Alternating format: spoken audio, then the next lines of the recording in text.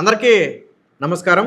దాదాపుగా గత 10 రోజుల నుంచి తప్పించుకు తిరుగుతున్నటువంటి ఆముదాల వలస వైసీపీ ఇన్ఛార్జ్ చింతాడ రవికుమార్నైతే నిన్న పోలీసులు మాటు వేసి పట్టుకున్నారు. తెలుసు మీకు, గతంలో జగన్మోహన్ రెడ్డి మొన్న శ్రీకాకుళం పర్యటనకు వెళ్ళిన సందర్భంగా అక్కడ బూర్జా పోలీస్ స్టేషన్ ఎస్ఐగా ఉన్నటువంటి ప్రవళిక విధులు నిర్వర్తిస్తున్న సమయంలో చింతాడ ఆమె మీద దాడికి ప్రయత్నించడం, ఆ తర్వాత వైసీపీ కార్యకర్తలందరూ రెచ్చిపోవడం, ఆవిడ ఒంటి మీద కూడా చెయ్యి వేసి అత్యంత జుగుత్సకరంగా వ్యవహరించడంతో ఆ మహిళా ఎస్ఐ ఆత్మరక్షణ కోసం 2 చేతులు అడ్డం పెట్టుకుని కూర్చొని పడిపోయింది. తర్వాత పోలీసులు వచ్చి రక్షించారు, అందరికీ తెలిసిందే. అయితే అప్పుడు దాన్ని ప్రభుత్వం చాలా సీరియస్గా తీసుకుంది. ముఖ్యమంత్రి చంద్రబాబు గారు సీరియస్గా తీసుకున్నారు. పోలీస్ డిపార్ట్మెంట్ కూడా వాళ్ళ మహిళా ఎస్ఐ మీద చేతులు వేయడాన్ని చాలా సీరియస్గా తీసుకుంది. ఎందుకంటే ఒక మహిళ మీద చేతులు వేయడమే తప్పు, అలాంటిది విధుల్లో ఉన్న ఒక పోలీసు మహిళా అధికారి మీద కావాలని చేతులు వేయడం అనేది చిన్న విషయం కాదు. దీన్ని సీరియస్గా తీసుకుని అప్పట్లో కేసులు నమోదు చేస్తే ఆ రోజే పరారైపోయినటువంటి చింతాడ రవికుమార్ ఆ రోజు నుంచి ఈ రోజు వరకు కూడా ఎక్కడ అడ్రస్ లేడు, ఎక్కడున్నాడో కూడా తెలియదు. మధ్యలో ఒక్కసారి ఒక 3 నిమిషాలు 4 నిమిషాలు వీడియో ఒకటి విడుదల చేశాడు. మేము ఏంటి, ఆ ఎస్ఐకి అనారోగ్యంగా ఉంది, ఆ ఎస్ఐని మేము కాపాడే ప్రయత్నం చేశాము, పక్కకు రండికి మేడం గారు అని చెప్పే ప్రయత్నంలో జై జగన్ అని నినాదాలు చేస్తే ఆవిడ చెవులు మూసుకుంది తప్ప మేము ఆవిడ మీద దాడి చేయలేదు, ఇదంతా కుట్ర అని చెప్తే, అసలు దాడి చేశారో లేదో మహిళా ఎస్ఐ ఫిర్యాదు చేసింది. ఒక మహిళా ఎస్ఐ తన మీద చెయ్యేసి దాడి చేయకుండా లేదా దాడికి రాకుండా నా మీద దాడి చేశారని చెప్పాల్సిన అవసరం లేదు. మీరు ఒకసారి ఆ విజువల్స్, పాత విజువల్స్ ఒకసారి చూడండి, మీకు అర్థమవుతుంది ఒకసారి.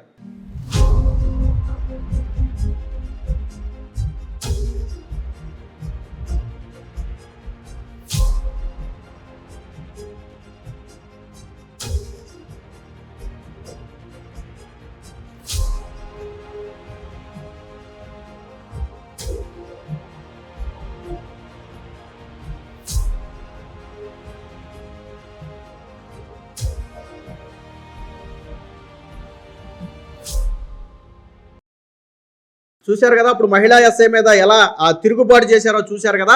సో అప్పటి నుంచి పరారీలో ఉన్నటువంటి ఈ చింతాడ రవికుమారు మధ్యలో ఒక సెల్ఫీ, ఒక వీడియో విడుదల చేసి మా అనుచరుల మీద కేసులు ఎత్తేస్తే 21 మంది మీద పెట్టారు, వాళ్ళ మీద కేసులు ఎత్తేస్తే నేను లొంగిపోతాను, వాళ్ళ మీద కేసులు ఉన్నంత వరకు నేను లొంగను అని చెప్పి చేస్తూనే హైకోర్టులో రక్షణ పొందే ప్రయత్నం చేస్తే చింతాడ రవికుమార్కి ఎక్కడా కూడా రక్షణ దొరకలేదు. దాంతో సుప్రీంకోర్టుగా హైకోర్టుగా మళ్ళీ ఏం చేయాలనే సందిగ్ధంలో ఉంటూనే ఒక ప్రెస్ మీట్ ద్వారా మళ్ళీ మాట్లాడాలని ప్రయత్నం చేసి నిన్న ఎక్కడో ఒక ప్లేస్లో ఉన్నానని చెప్పి కొంతమంది రిపోర్టర్లకైతే సమాచారం ఇచ్చాడు. నేను చిలకపాలెం వద్ద ఉన్నాను, మీరు రండి, నేను మీకు ఒక స్టేట్మెంట్ లాంటిది ఇవ్వాలి అని చెప్పి ఒక సాక్షితో పాటు మరొక 2 మీడియా సంస్థలకు, అంటే వైసీపీకి అనుకూలంగా ఉన్నటువంటి మరొక 2 మీడియా సంస్థలకు రహస్యంగా సమాచారం పంపితే ఆ విలేకరులు ఆ చిలకపాలెం వద్దకు వెళ్ళడానికి ప్రయత్నం చేశారు. అయితే ఎప్పుడైతే ఆ వ్యక్తి చిలకపాలెం దగ్గర ఉండి విలేకరులకు సమాచారం ఇచ్చాడు అనే విషయం పోలీసులు తెలుసుకున్నారో, ఈ విలేకరుల కంటే ముందే పోలీసులు చిలకపాలెం వద్దకు వెళ్ళి మకాం వేశారు. కాకపోతే చింతాడ వచ్చే వరకు వెయిట్ చేశారు. చింతాడ ఏం చేశాడు, కరెక్ట్గా విలేకరులు వచ్చిన తరువాత తాను బయటకు వచ్చి విలేకరులతో మాట్లాడుతున్న సమయంలోనే పోలీసులు రౌండప్ చేసి అరెస్టు చేశారు. అయితే దీనికంటే ముందు ఎప్పుడైతే చింతాడ అరెస్టుకు ముందో లేదా చింతాడ అరెస్టు తర్వాత 21 మందిలో 9 మంది స్వయంగా డిఎస్పీ ఆఫీస్ దగ్గరికి వెళ్ళి వాళ్ళు లొంగిపోయారు. వాళ్ళకి కోర్టు 14 రోజుల రిమాండ్ కూడా విధించిందంటే గత 10 రోజులుగా మహిళా ఎస్ఐ మీద దాడి ఘటనలో A1గా ఉండి తప్పించుకు తిరుగుతున్నటువంటి వైసీపీ ఆముదాల వలస ఇన్ఛార్జిగా ఉన్నటువంటి చింతాడ రవికుమార్నైతే నిన్న పోలీసులు పకడ్బందీగా మాటు వేసి పట్టుకోవడం జరిగింది. ఒక రకంగా పోలీసులకు గతంలో సవాల్ విసిరాడు.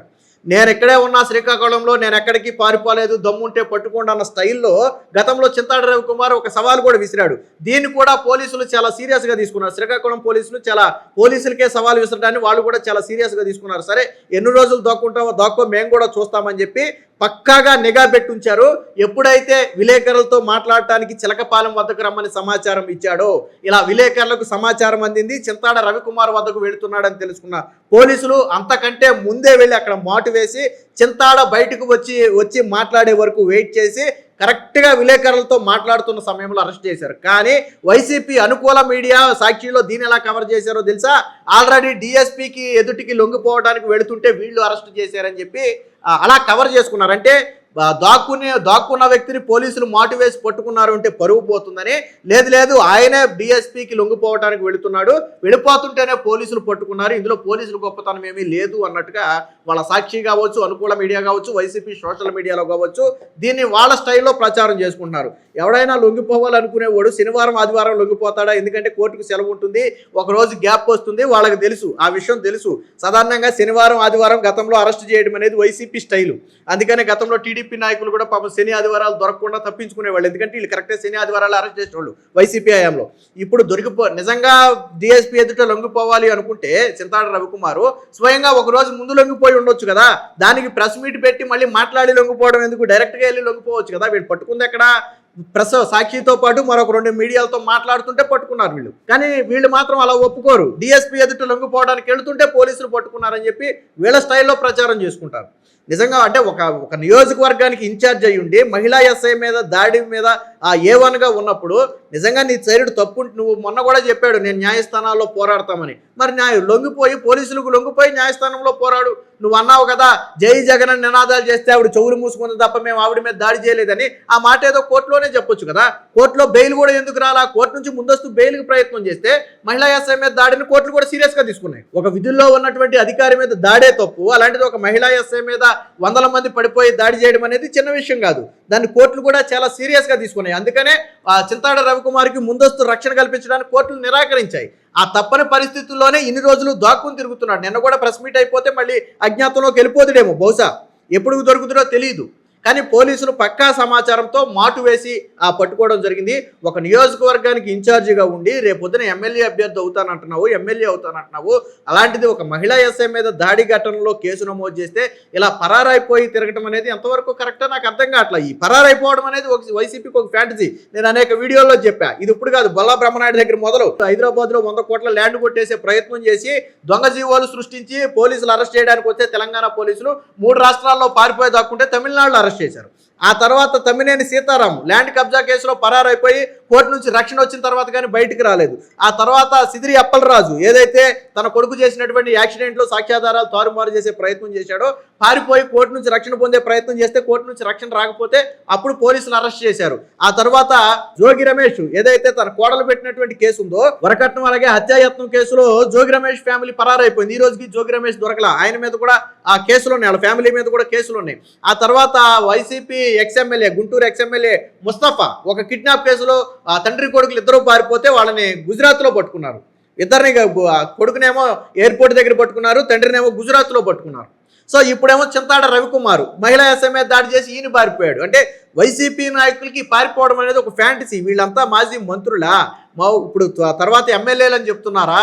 వీళ్ళకి వెనకమాల ప్రజల్లో పలుకుబడా? వీళ్ళు మేము ప్రజానాయకులు అని చెప్పుకుంటారా? అలాంటి వీళ్ళు ఇలా ఒక కేసు పడగానే పారిపోవడం ఏంటి నాకు అర్థం కాల. మీరు నిజంగా కూటమి ప్రభుత్వం కక్ష సాధిస్తుంది అంటే మీరు న్యాయస్థానంలో పోరాడడం తప్పులేదు. మీకు న్యాయస్థానాలు కూడా రక్షణ కల్పించాలా మీరు చేసిన పనులకి? న్యాయస్థానాలు కూడా ముందస్తు బెయిల్ ఇవ్వడానికి ఒప్పుకోలేదు కదా, అందుకే కదా మీరు పారిపోయారు. మరి ప్రజానాయకులకి ఎలా చెప్పుకుంటారు? వైసీపీ పార్టీ మట్టికి దీన్ని ఎలా సమర్థిస్తుందో నాకు అర్థం కావట్లేదు. ఇదని చిన్నపిల్లల గప్పుకుని ఏదో కేసు పెట్టగానే అమ్మో అని భయం వేసి పారిపోవడానికి. పైగా మీరు చేసే పనులు కేసులు అవుతాయో లేదో కూడా వీళ్ళకి తెలుసు. వీళ్ళ కేసులు అవుతాయని తెలుసు, వాళ్ళు చేసే తప్పు అని తెలుసు, వెదవ పనులు అని తెలుసు.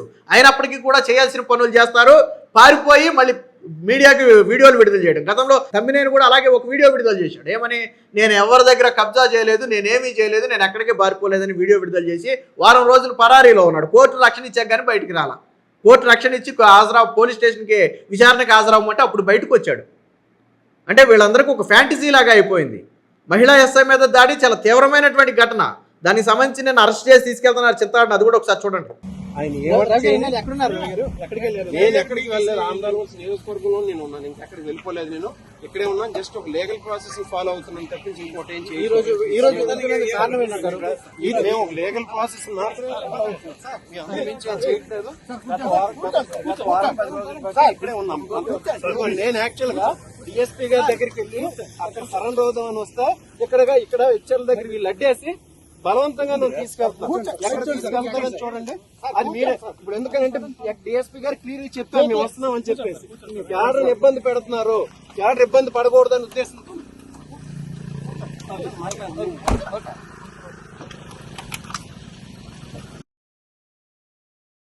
సో చూశారు కదా, చింతాడ రవికుమార్ని అరెస్ట్ చేసి తీసుకెళ్తున్నారు. సో పకడ్బందీగా పక్కాగా మాటు వేసి పట్టుకున్నారు. మొత్తానికి గత 10 రోజులుగా తప్పించుకు తిరుగుతున్నటువంటి మహిళా ఎస్ఐ మీద దాడి చేసిన ఆ చింతాడనైతే చిలకపాలెం వద్ద పోలీసులు ప్రెస్లో మాట్లాడుతున్న సమయంలో మాటు వేసి పట్టుకోవడం జరిగింది.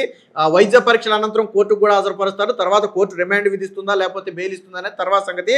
కానీ ఇప్పటికే 9 మంది లొంగిపోయారు. ఆ 9 మందికి ఇప్పటికే కోర్టు రిమాండ్ వేసింది. కాబట్టి చింతాడ రవికుమార్ కూడా ఖచ్చితంగా రిమాండ్కు వెళ్తాడనే వాదన ఏర్పడుతుంది. సో ఈ రోజు ఆదివారం కాబట్టి ఈ రోజు సాయంత్రానికి లేదా రేపటికి దీని మీద ఒక క్లారిటీ అయితే వచ్చే అవకాశం ఉంది.